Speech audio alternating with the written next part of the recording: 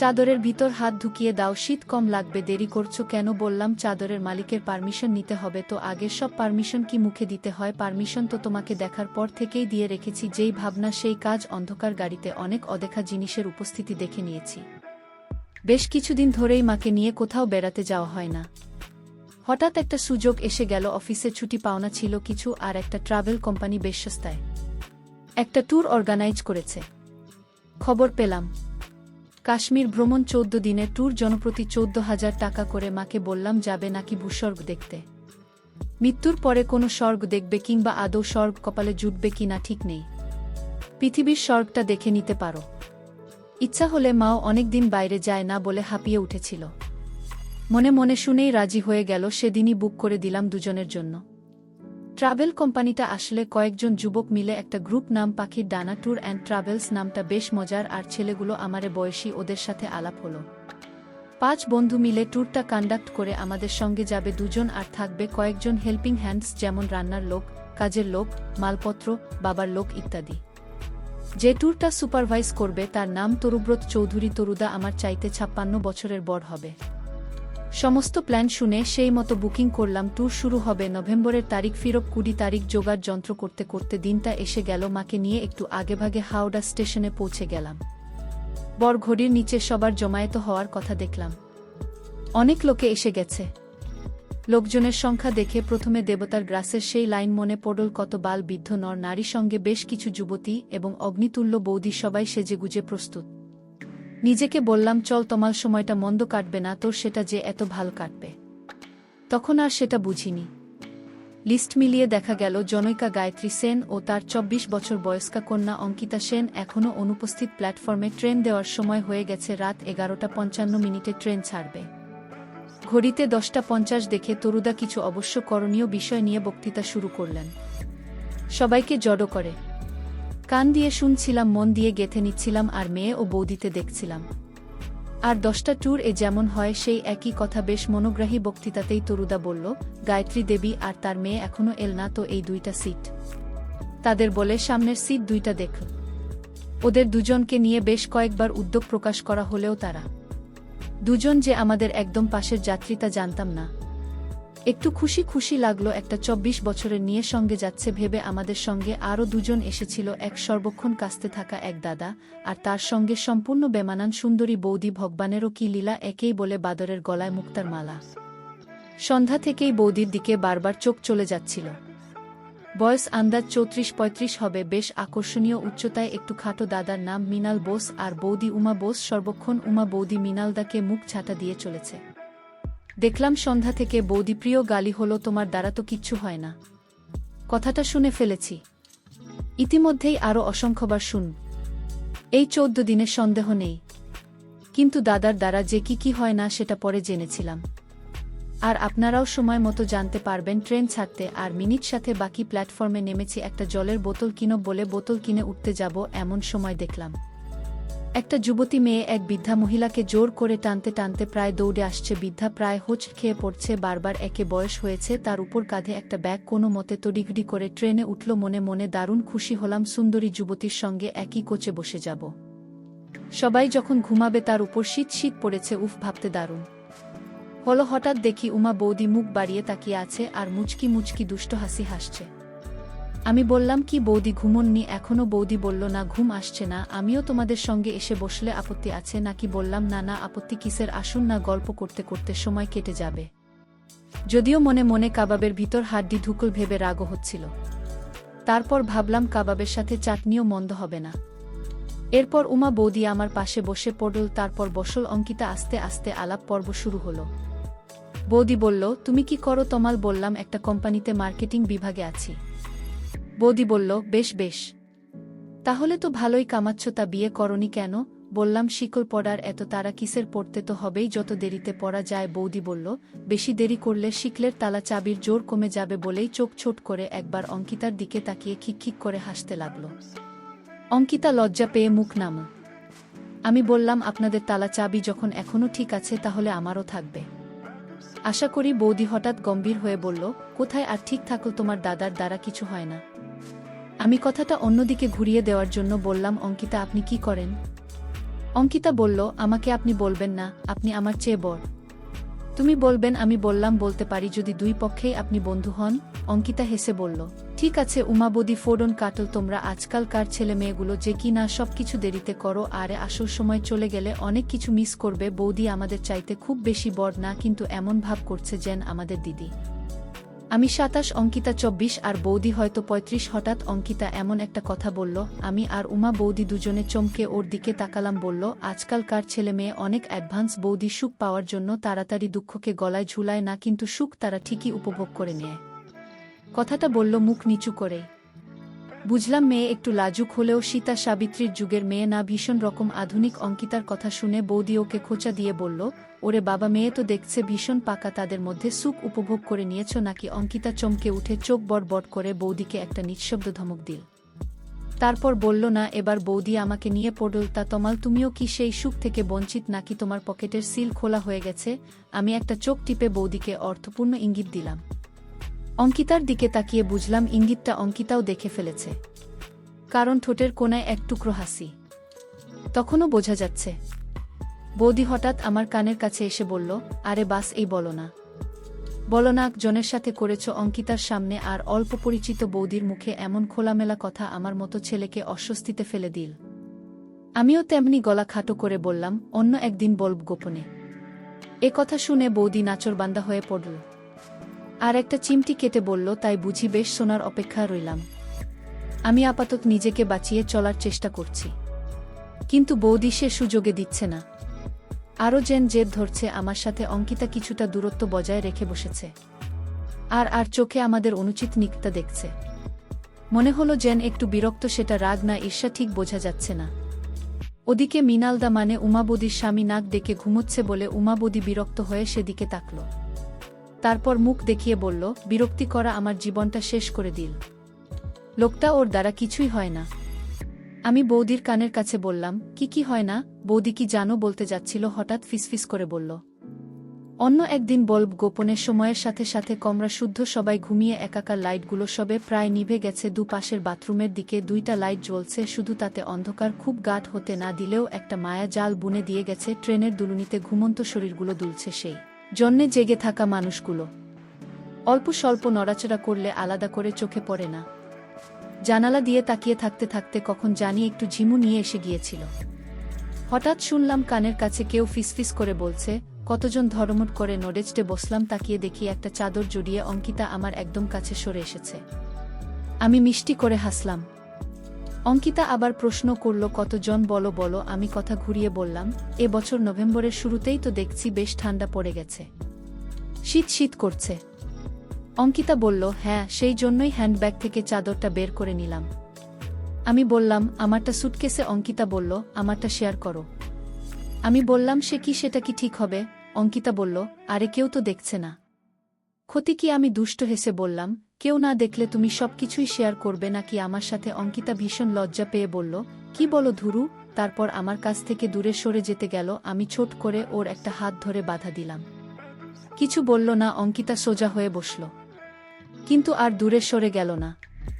একটু সময় নিয়ে আবার জিজ্ঞেস করল, কতজনের সাথে করেছ? বললাম, হ্যাঁ, তা বেশ কয়েকজন। অঙ্কিতা বলল, বুঝলাম, এতজন যে সংখ্যায় বলা যাচ্ছে না। আমি হেসে বললাম, ঠিক তা নয়, গুণে বলাই যায়, কিন্তু গোনার মতো স্পেশাল নয়। সবাই হয়ে গেল আর শেষও হয়ে গেল, তাই আলাদা করে মনে রাখি না। অঙ্কিতা বলল, স্পেশাল নয় সবাই, তার মানে কেউ কেউ স্পেশাল, তারা কয়েকজন। আমি বললাম, এক রাতেই সব শুনে ফেলবে? তাহলে বাকি 14 দিন কি বলবো? আর সেগুলো তো শুধুই গল্প, সেগুলো শোনার মতো কিছু না। সে বলল, হোক, তবু শুনো। বললাম, ঠিক আছে, বলবো তোমাকে, তবে এখন নয়। এখন তুমি একটু ঘুমিয়ে নাও। ঘুমের মাঝে বেশ কিছুক্ষণ পর্যবেক্ষণ করলাম, আর কিছু ঘটনাও ঘটে গেল। বন্ধুরা, ইউটিউবে করা নিয়মের কারণে এসব ঘটনা সরাসরি বলা যাচ্ছে না। তোমরা কমেন্টে দেওয়া লিঙ্ক থেকে আমার ওয়েবসাইট ভিজিট করো, সেখানে একদম খোলামেলা গল্প দেওয়া আছে। কিছুক্ষণ পর অঙ্কিতা বলল, বাথরুমে যাব একটু, চলো না প্লিজ। আমি ওর সাথে বাথরুম গেলাম। নিজেরও যাওয়া দরকার। অঙ্কিতা বেরোতেই আমি ঢুকলাম, তারপর নিজেদের জায়গায় এসে বসলাম। অঙ্কিতা কোনো কথা বলল না, শুধু মিষ্টি করে একটু হাসল। আরও কিছুক্ষণ পরে আকাশ ভরসা হলো, আরোহীরা একে একে জেগে উঠছে। এক সময় দেখলাম উমা বৌদি আমাদের দেখে অদ্ভুত একটা হাসি দিল। তারপর গুড মর্নিং বলে বাথরুমে চলে গেল। ফ্রেশ হতে একটু পরে ফিরে এসে আমাদের পাশে বসল। বলল, তোমাদের তো ঘুম হয়নি সারা রাত, এবার তোমরা একটু ঘুমিয়ে নাও, আমি মালপত্র পাহারা দেব। অঙ্কিতা বলল, না না, আমি একটু ঘুমিয়েছি, তোমালের ঘুম হয়নি সারা রাত। উমাবতী চোখ শুরু করে অঙ্কিতার কানের কাছে ফিসফিস করে বলল, আমি সব দেখেছি, ওই রকম বালিশে শুলে কি ঘুম হয়? যাও যাও, একটু ঘুমিয়ে নাও, সামনে আরও একটা রাত তোমাদের জাগতে হবে।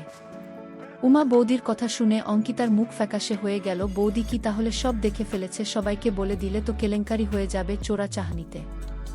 অঙ্কিতা আমার দিকে চাইল, আমিও চোখের চাহনিতে ওকে আশ্বস্ত করলাম, কারণ জানি উমা বৌদি ও ধোয়া তুলসী পাতা নয়। কিন্তু অঙ্কিতার উৎকণ্ঠা বৌদি কমিয়ে দিল। এখনও মৃণালদা, আমার মা আর গায়ত্রী মাসিমা ঘুম থেকে ওঠেনি, তাই আমরা কথা বলতে লাগলাম। নিশ্চিন্তে বৌদি নিচু গলায় কথা বলছে ঠিকই, কিন্তু এমনভাবে বলছে যেন আমি শুনতে পাই। বৌদি বলল, আরে লজ্জা পাচ্ছ কেন? পাশে ওই রকম হ্যান্ডসাম ছেলে থাকলে আমিও তোমার মতো কোলে মাথা দিয়ে শুতাম, আর আমি হলে শুধু শুতাম না, আরও অনেক কিছু করতাম। এতক্ষণে ওর যন্ত্রপাতির মাপ আর কাজ করার ক্ষমতার পরীক্ষা নেওয়া হয়ে যেত।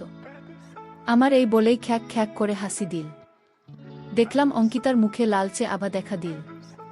আমি মনে মনে হাসলাম আর ভাবলাম, বৌদি তুমি অঙ্কিতার চাইতে 10 বছরের পুরনো মডেল, অঙ্কিতা তোমার চাইতে অনেক।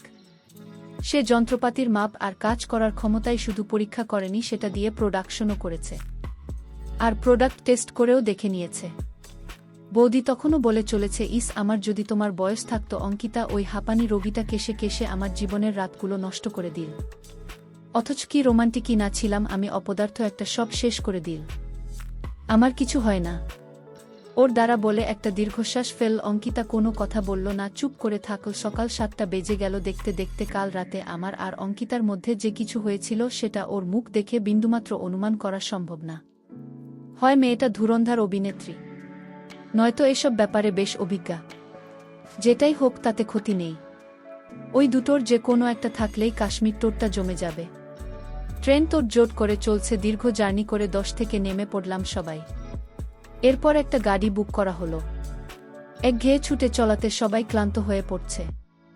দেখলাম বেশিরভাগ লোকই ধুলছে, কারণ অন্ধকার নেমে আসছে, জানালা দিয়ে ভালো করে কিছু দেখা যাচ্ছে না। এমন সময় উমা বৌদি এসে আমার পাশে বসে পড়ল। বলল, বেশ ঠান্ডা লাগছে রে ভাই। আমি বললাম, আসুন বৌদি। বৌদি বলল, কি সঙ্গিনী হারিয়ে বিরহ কাতর নাকি? আমি বললাম, সঙ্গিনী কোথায় হারলাম, এই তো একজন পাশেই আছে। বৌদি বলল, হ্যাঁ, এখন তেল মারা হচ্ছে। আমি বললাম, সত্যি মেয়ে যাত্রায় খুব হিংসুটে। বললাম, মৃণালদা কি ঘুমে নাকি? বৌদি বলল, হ্যাঁ, চাদর মুড়ি দিয়ে ঢুলছে। বলে হাতে হাত রাখল। বলল, এতক্ষণে মনে হচ্ছে কাশ্মীর এসেছি, তাই না? হাত দুইটা জমে যাচ্ছে। আমি বললাম, তা কর্তাকে জড়িয়ে ধরে থাকলেই তো পারতেন, ঠান্ডা লাগতো না। বৌদি মুখ বেঁকিয়ে বলল, গায়ে রক্ত থাকলে তো গরম হবে, ওই শুটকো কাঠ জড়িয়ে বসে থাকলে ঠান্ডায় জমে মরেই যাব, তাই তো তোমার কাছে এলাম।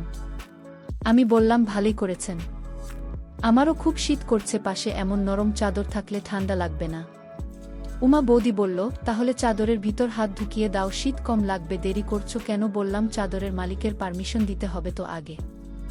বৌদি বলল, সব পারমিশন কি মুখে দিতে হয়? পারমিশন তো তোমাকে দেখার পর থেকেই দিয়ে রেখেছি, যেই ভাবনা সেই কাজ। অন্ধকার গাড়িতে অনেক অদেখা জিনিসের উপস্থিতি দেখে নিয়েছি বন্ধুরা। ইউটিউবের কড়া নিয়মের কারণে এসব ঘটনা সরাসরি বলা যাচ্ছে না।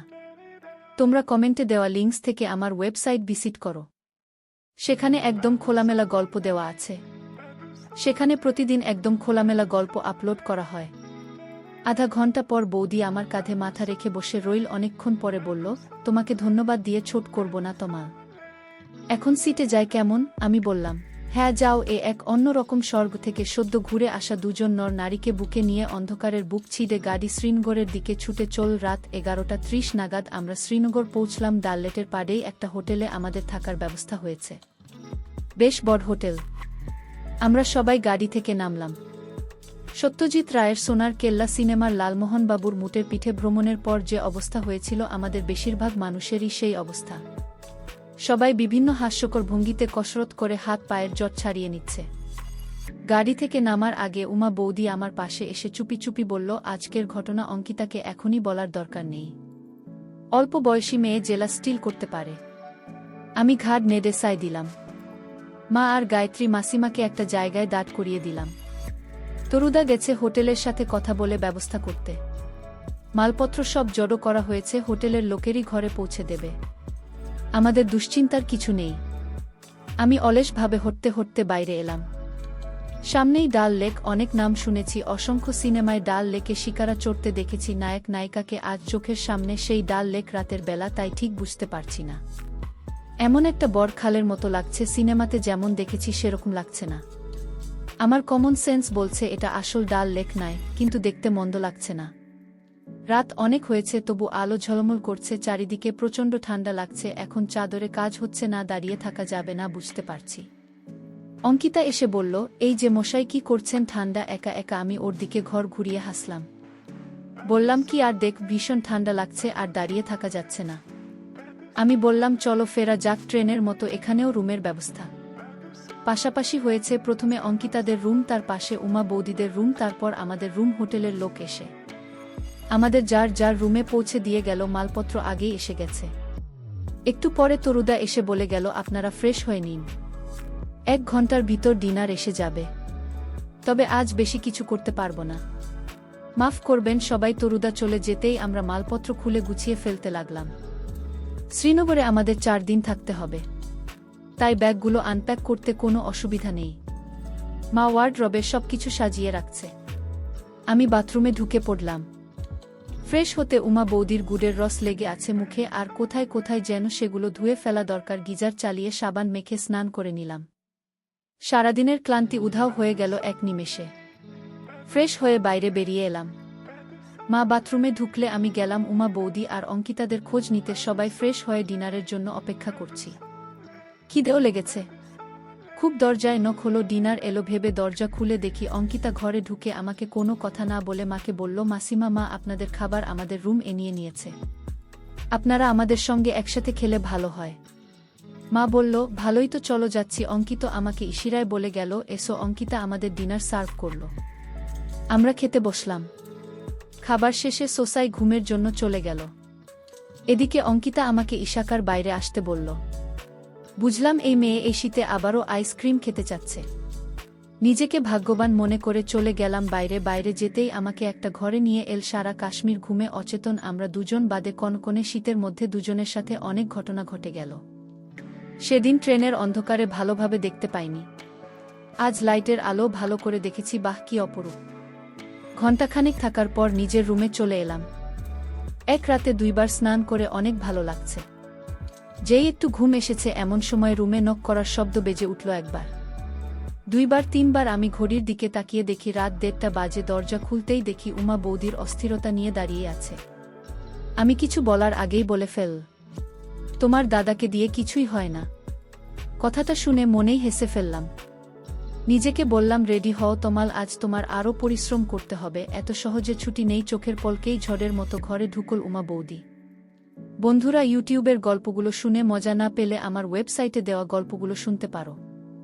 সেখানে প্রতিদিন খোলামেলা গল্প আপলোড করা হয়। কমেন্টে ওয়েবসাইটে লিংক দেওয়া আছে।